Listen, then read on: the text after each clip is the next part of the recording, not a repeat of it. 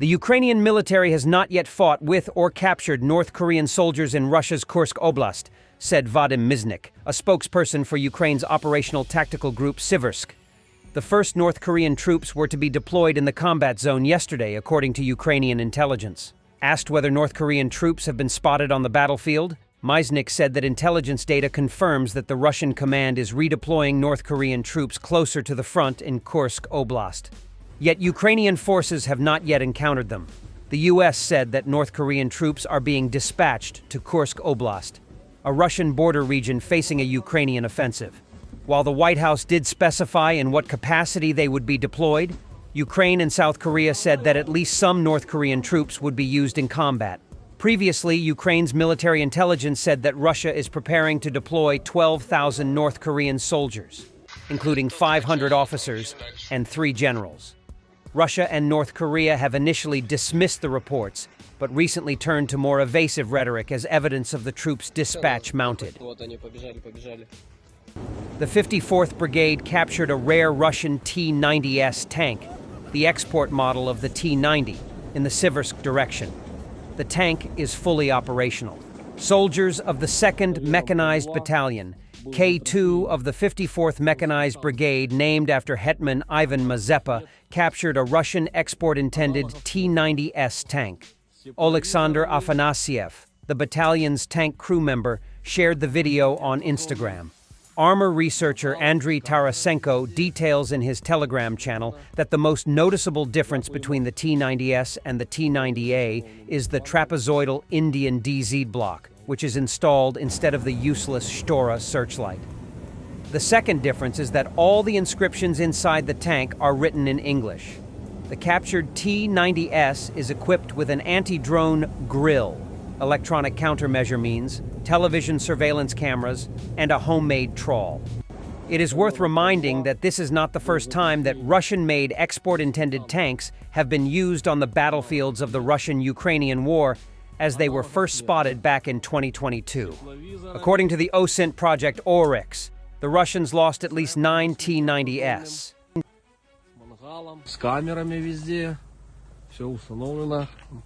Russia has lost 650,000 troops, including killed and wounded, in the war against Ukraine, President Volodymyr Zelensky said in an interview with Times of India. Over 690,000 Russian military personnel were put out of action since the beginning of its full-scale invasion in Ukraine on February 24, 2022, according to the General Staff of Ukraine's armed forces. Besides the wounded and killed, this figure also includes those who were captured. Estonian intelligence estimated that Russia could lose up to 40,000 personnel in October. Russia itself has killed a lot of Russians. A lot of mobilized Russian soldiers were killed by the Russian army itself because they were afraid to attack, to perish under the bullets, or to be wounded. So they retreated and then were killed by their army, Zelensky told Times of India. This is their law of war, Zelensky said. Zelensky added that Russia also does not pick up its dead soldiers from the battlefield, leaving their bodies to rot on the ground. Speaking about the situation at the front, the president said that in eastern Ukraine, the Russian army is advancing by employing human attack waves, throwing its soldiers into a meat grinder.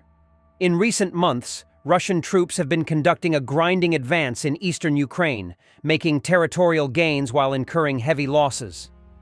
Russian troops set their sights on Pokrovsk and Chasiv Yar, among other targets, with the latter located on a higher ground, after capturing Avdiivka in February. The higher ground could give Russian troops a key strategic advantage in attacks on other towns in Donetsk Oblast. FPV drone operators from the 5th Assault Brigade struck a group of Russian motorcyclists in the Bakhmut direction, neutralizing and dispersing them. Russian forces in Ukraine are now resorting to using motorbikes on the battlefield, highlighting their severe lack of basic armored vehicles. These bikes, meant for civilian use, offer little to no protection against the artillery, drones, and ambushes they face, leaving soldiers dangerously exposed.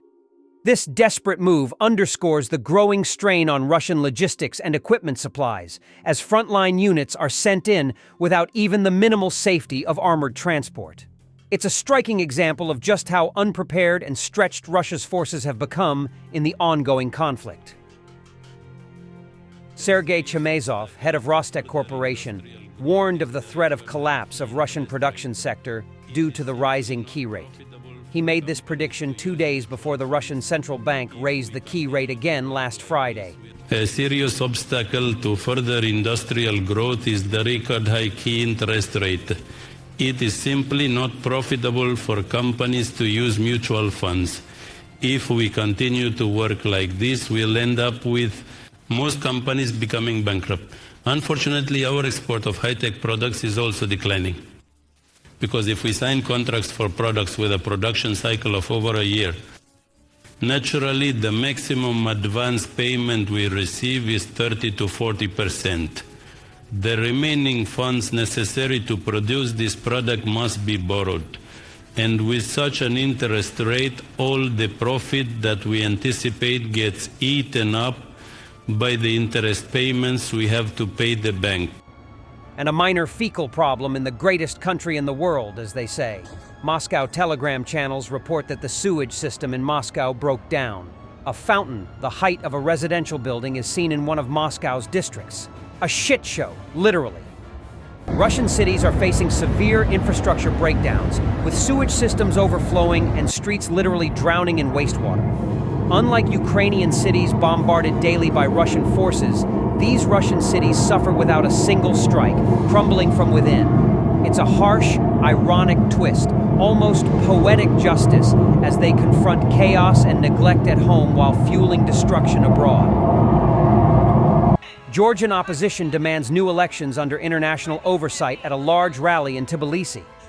President Salome Zurabishvili addressed the crowd. "You did not lose the election. Your voice was stolen, and they tried to steal your future. No one has the right to do that." Thousands have already joined the protests.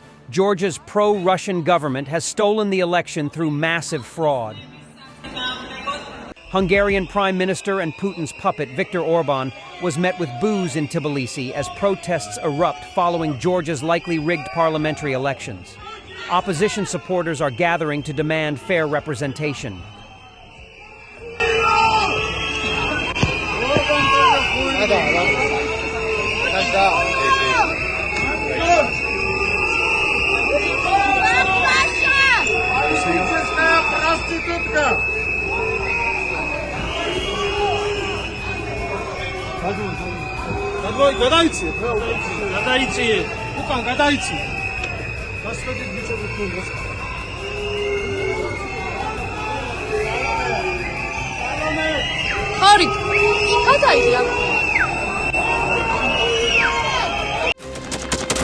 Thanks for watching, and don't forget to subscribe.